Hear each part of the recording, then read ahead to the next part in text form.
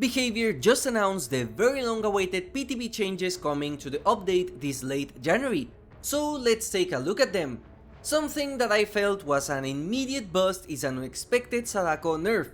For some reason, the devs decided to limit the maximum amount of condemned you keep when hooked from unlimited to only 2 at max, and this was done in order to prevent tunneling, but I find this very weird, as Sadako in the PTB was already a weaker character than the A tier we have right now, and survivors could easily counter her just by interacting with tapes. This is a big nerf that just hurts Sadako and gives survivors even more counterplay opportunities than they had in the past, which already was a lot, and to be completely fair, this doesn't fix tunneling in my opinion, as it's still a thing that Sadako can do, and now that she is weaker, even incentivized to do more.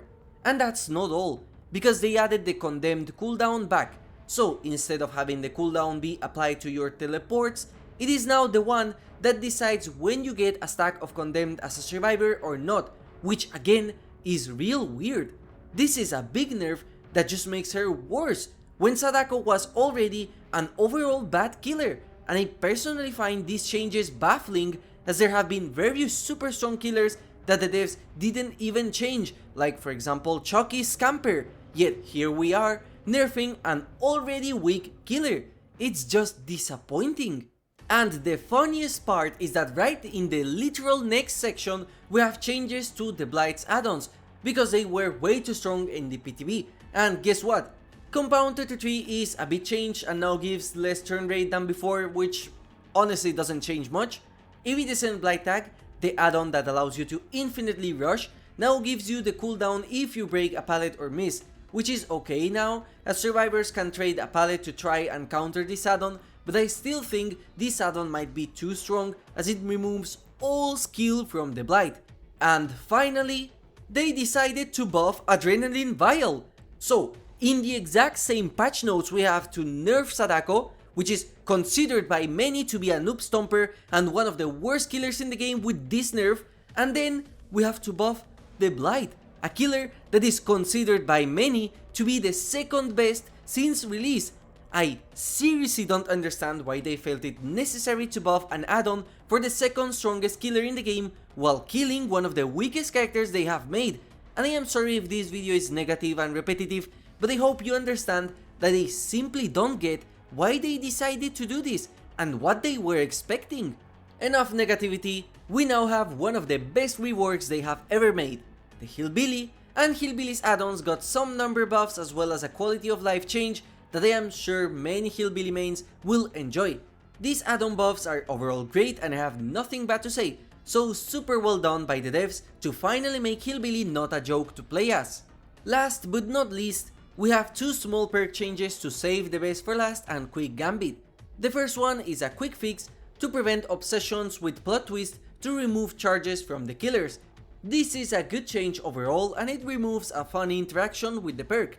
I still think that save the best for last will have the same usage as before, since the most powerful way to use it is to guarantee trades and tunnel survivors that are not the obsession. Then we have quick Gambit, and I am going to be fair, unless they buff this perk dramatically to the point it's absurd and it needs a nerf, its design is just terrible and nobody will use it.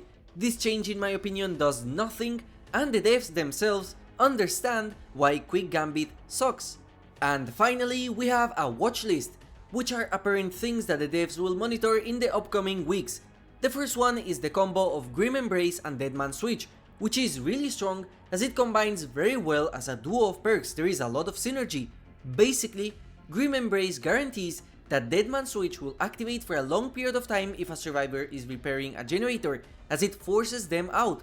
I actually find it interesting that this combo was not nerfed, and I am sure this is going to be a new topic of anger and complaints, just like with Ultimate Weapon. But hey, Buckle Up and For the People still exists as well.